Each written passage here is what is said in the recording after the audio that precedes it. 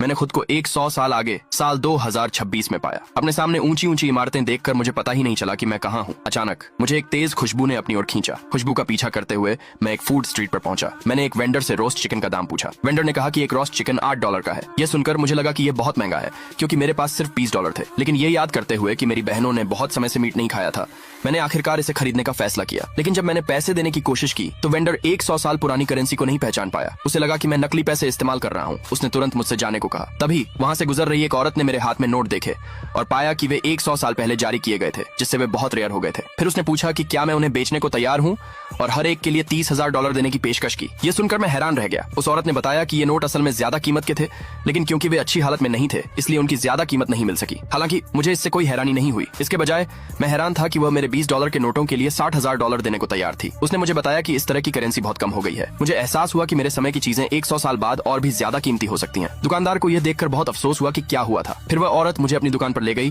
और मुझे $60,000 कैश दिए। पैसे लेकर मैं एक किराने की दुकान पर गया और दुकानदार से $3,000 का गेहूं मांगा। मैंने कई नए कपड़े और जूते भी खरीदे। अपनी शॉपिंग खत्म करने के बाद मैं 100 साल पहले के समय में लौट आया, लेकिन मेरी बहनें मुझे वापस देखकर खुश नहीं थी। उन्होंने मुझे स्कूल से निकालने का एक नोटिस दिखाया, जिसमें लिखा था कि मैं अब स्कूल नहीं जा सकता। मैंने जल्दी से उन्हें यकीन दिलाया कि कोई बात नहीं, अब मैं उन्हें एक बेहतर जिंदगी दे सकता हूँ।